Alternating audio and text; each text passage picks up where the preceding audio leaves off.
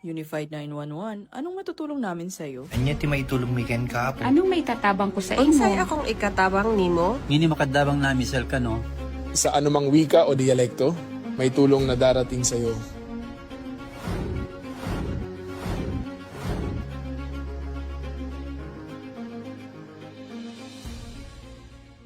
Lilingkod sa bawat Pilipino at magbibigay ng tamang impormasyon para sa tahimik at maayos na Pilipinas. Police News Network, alagad ng batas, tagapagtaguyod ng balitang pulis, sandigan ng mamamayan, patnubay ng katotohanan.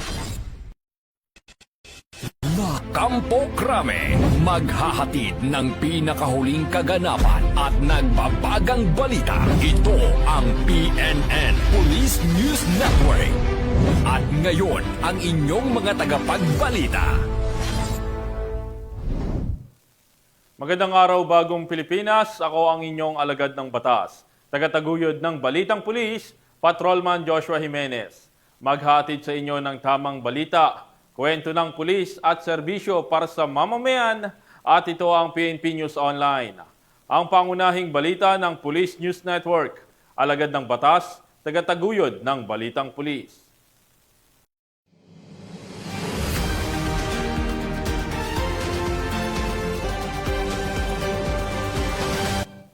Narito ang mga balitang dapat niyong abangan. Most wanted person sa paglabag sa Anti-Violence Against Women and Their Children Act, arestado sa Bataan. Wanted person sa kasong frustrated murder, nasa kote sa Samar. At ginang, nanganak sa loob ng police mobile sa tulong ng mga kapulisan ng San Jacinto PNP.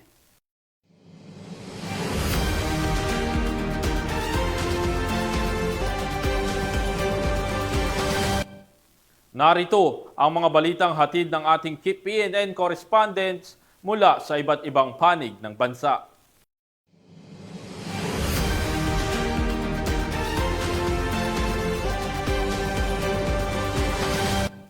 Simulan natin ng balita mula sa bahagi ng Luzon.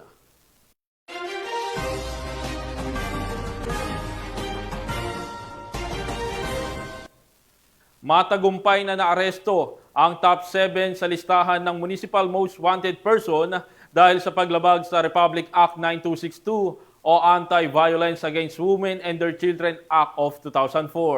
Ang report mula kay Patrolwoman Janice Bulahaw. Matagumpay na naaresto ng pinagsanib na persa ng Pilar Municipal Police Station, katuwang ang 2nd Provincial Mobile Force Company, ang isang most wanted person municipal level sa loob ng BJMP Bataan District Jail, Barangay Doña Orani, Bataan. Kinilala ang suspect bilang isang 44-anyos na pintor at residente ng Barangay Santa Rosa, Pilar, Bataan, nakabilang sa listahan ng top 7 municipal level most wanted persons ng naturang bayan. Ayon sa ulat, ang pag-aresto ay sinagawa sa bisa ng warrant of arrest para sa kasong paglabag sa Section 5 ng Republic Act 9262 o Anti-Violence Against Women and Their Children Act of 2004 na mainirerekomendang piyansang 120,000 pesos. Ang suspect ay kasalukuyang nasa kustodiya ng mga otoridad para sa kaukulang dokumentasyon at tamang disposisyon. Sa pamumuno ni Police Colonel Marites A. Salvadora, Provincial Director ng Bataan Police Provincial Office, nananatiling masigasig ang Bataan PNP sa pagpapatupad ng batas at sa pagtugis sa mga most wanted persons upang mapanatili ang kapayapaan, kaayusan at kaligtasan ng buong lalawigan. Mula dito sa gitnang Luzon, ako ang inyong PNN correspondent, Patrolwoman Janice Bulahaw. Alagad ng batas, tagataguyod ng Balitang Pulis. Maraming salamat, Patrolwoman Bulahaw. 2 individual ang naaresto ng mga tauhan ng Batangas PNP sa magkahiwalay na operasyon laban sa ilegal na droga at paglabag sa batas sa pagmamay-ari ng baril. Yan ang tinutukan ni Patrolwoman Mary May Sarturio. Hindi na nakapalagpa ang dalawang suspect matapos ang isinagawang buy-bust operation ng mga tauhan ng Santo Tomas Component City Police Station.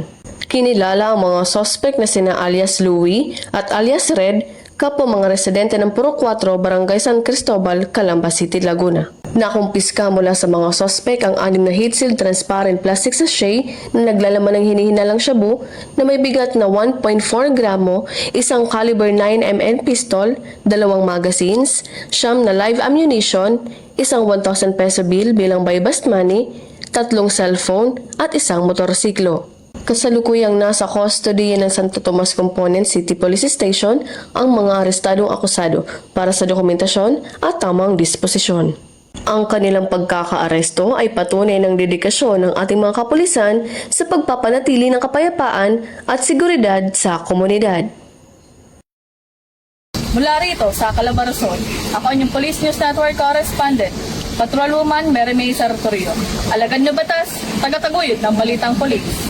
Maraming salamat, Patrolwoman Sartorio. Hindi sa ospital, kundi sa loob ng Police Mobile ipinanganak ang isang sanggol matapos tulungan ng mga pulis sa San Jacinto, Pangasinan ang isang ginang na inabutan ng panganganak sa gitna ng kanilang biyahe patungong ospital. Yan ang magandang balita, hatid ni Police Corporal Rafi Veloria. Katangi-tanging kabayanihan ang muling ipinamalas ng mga miyembro ng kapulisan ng San Jacinto, Pangasinan matapos nilang tulungan sa panganganak ang isang ginang habang isinusugod sa ospital. Isang lalaki ang humingi ng tulong sa impilan ng pulisya para sa kanyang asawang manganganak na. Agad naman silang inilalayan ni Police Master Sergeant Timmy Ivy Estayo, miyembro ng San Jacinto Police Station at isang licensed nurse na nagbigay ng paunang tulong at naghanda sa agarang pagdadala ng ginang sa ospital. Makalipas ang ilang sandali, dumating ang police mobile na minamaneho ni Patrolman King Abby Manawis kasama si Police Executive Master Sergeant Roy De La Peña at agad nilang isinakay ang ginang upang dalhin sa Mapandan Community Hospital. Habang nasa biyahe at tinatahak ang kahabaan ng Barangay Gibel, biglang nagsimula ang panganganak ng ginang. Sa tulong ni Police Master Sergeant Estayo at ng mga kasamang pulis, matagumpay na nailuwal ang isang malusog na batang babae sa loob mismo ng police mobile bago pa man sila makarating sa ospital. Pagdating sa Mapandan Community Hospital, agad na inasikaso ang mag-ina na ngayon ay parehong nasa mabuting kalagayan. Pinuri ng mga opisyal ng kapulisan ang mabilis na aksyon at malasakit na ipinamalas ng kanilang mga tauhan, isang patunay sa diwa ng serbisyong may puso ng Philippine National Police. Mula dito sa Ilocos Region, ako ang inyong PNN correspondent, Police Corporal Rafi Veloria, alagad ng batas, tagataguyod ng Balitang Pulis. Maraming salamat, Police Corporal Veloria. Ipinamalas ng mga tauhan ng Ifugao PNP ang diwa ng bayanihan at serbisyong may puso matapos silang magsagawa ng pagtutulong-tulong sa paglilinis ng mga gumuhong lupa na naipon sa likod ng isang paaralan sa lalawigan. Magbabalita dyan si Patrolwoman Lizelle Digman.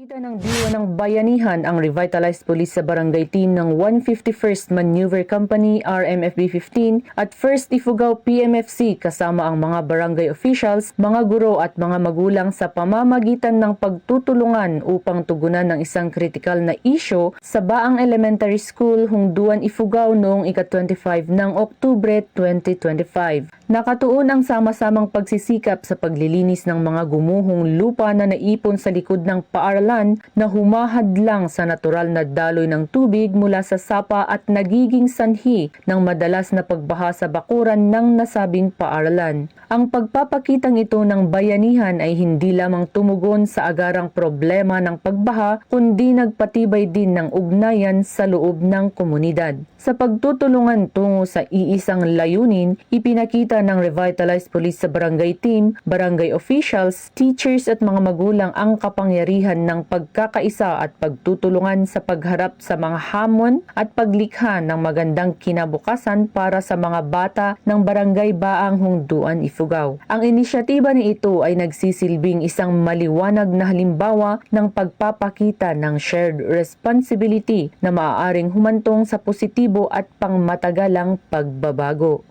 Mula dito sa rehiyon ng Cordillera, ako ang inyong PNN correspondent, Patrolwoman Digman, alagad ng batas, taga-taguyod ng Balitang Pulis. Maraming salamat, Patrolwoman Digman. Tunghayan naman natin ang mga balita mula sa bahagi ng Visayas.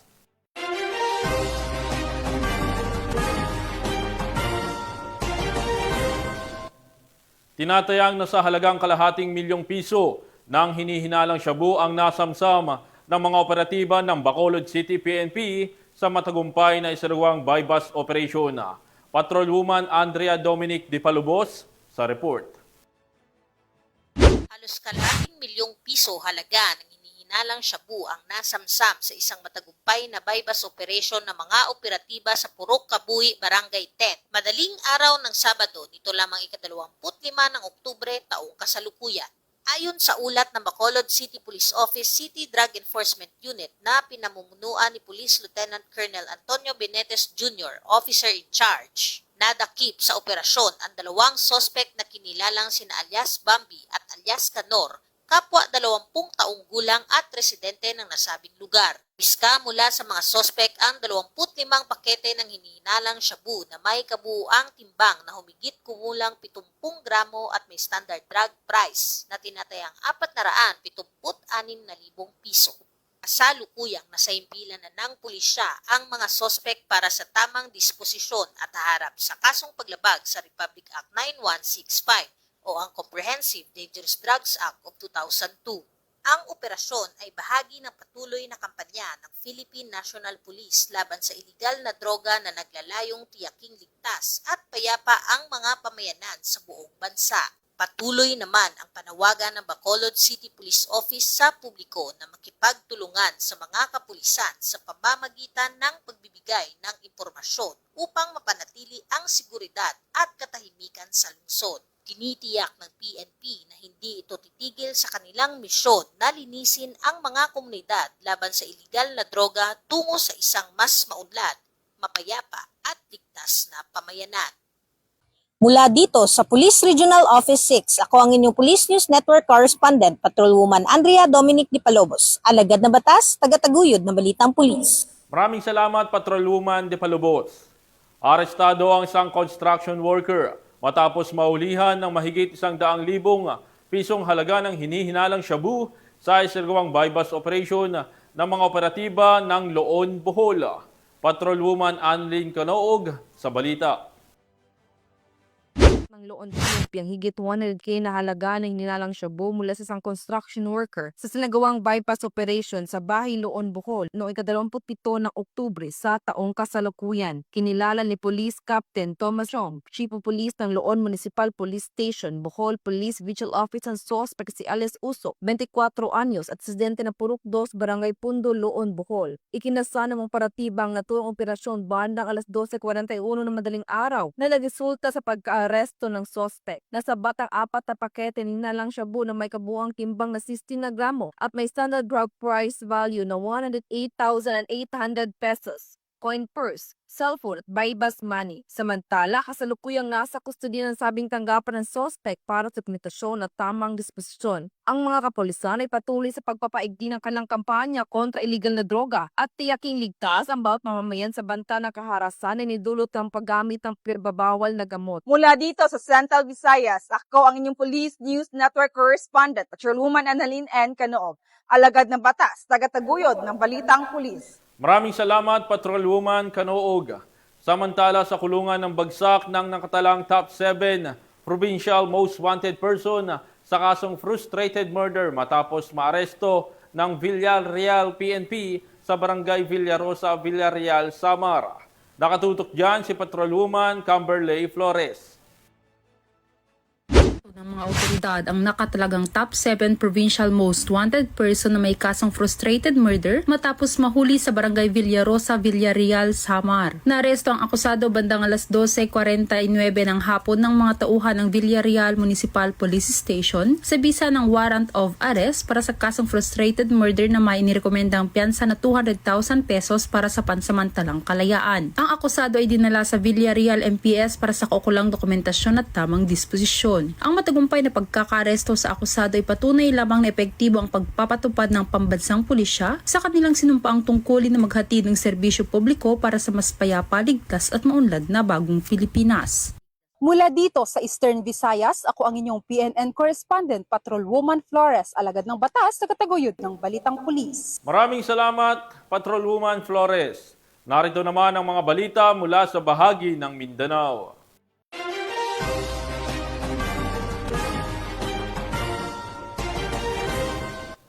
Muling pinatunayan ng kapulisan ang kanilang mahalagang papel sa pagpapanatili ng kapayapaan matapos makiisa ang mga tauhan ng 1st Provincial Mobile Force Company ng Lanao del Sur Police Provincial Office sa matagumpay na Rido Settlement o pag-aayos ng alitan sa pagitan ng dalawang pamilya sa lalawigan.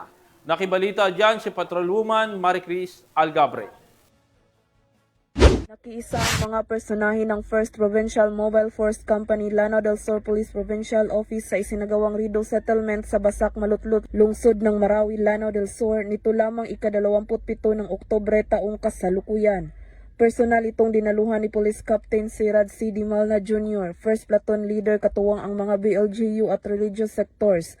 Ang Rido Settlement ay isang mahalagang hakbang upang wakasan ang alitan sa pagitan ng dalawang pamilya at maiwasan ang karahasan sa kanilang komunidad.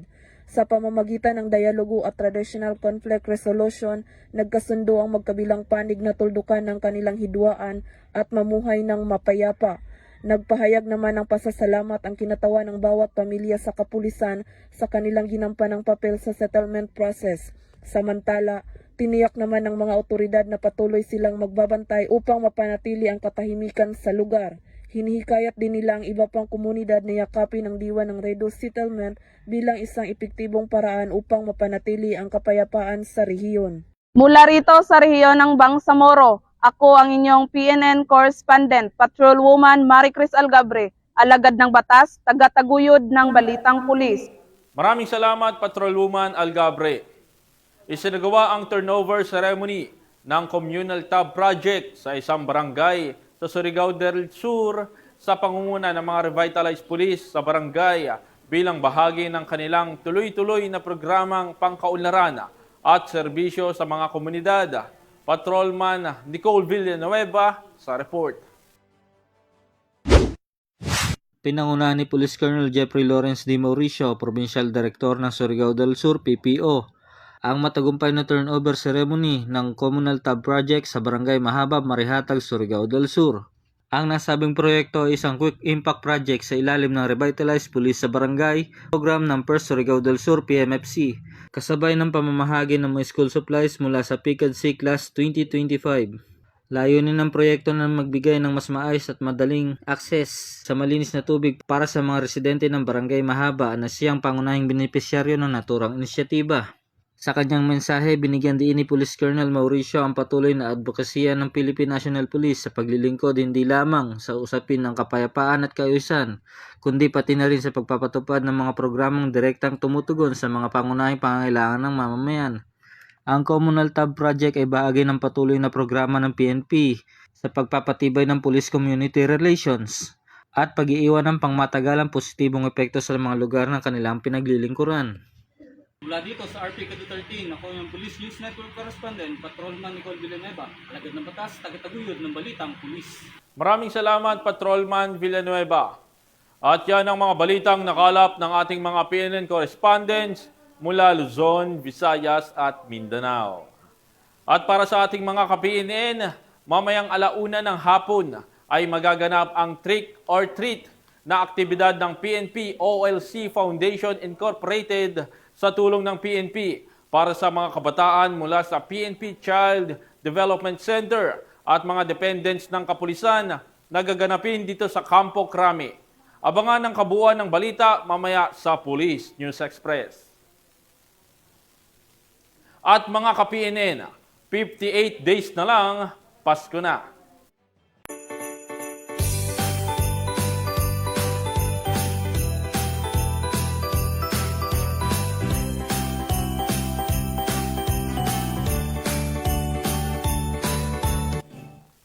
Sa ngalan po ng pamunuan ng Philippine National Police sa pangunguna ni Acting Chief PNP, Police Lieutenant General Jose Melencio Corpus Nartatis Jr.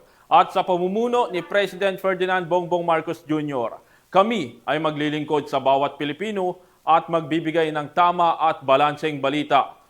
Kami ang bagong PNP para sa bagong Pilipinas, serbisyong mabilis, tapat at nararamdaman.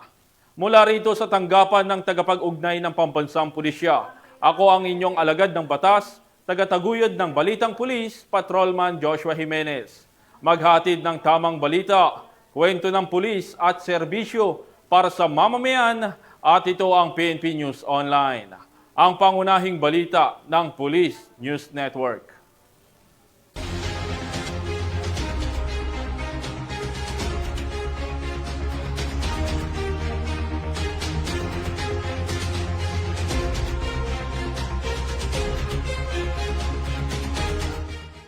Police News Network, alagad ng batas, tagapagtaguyod ng balitang pulis.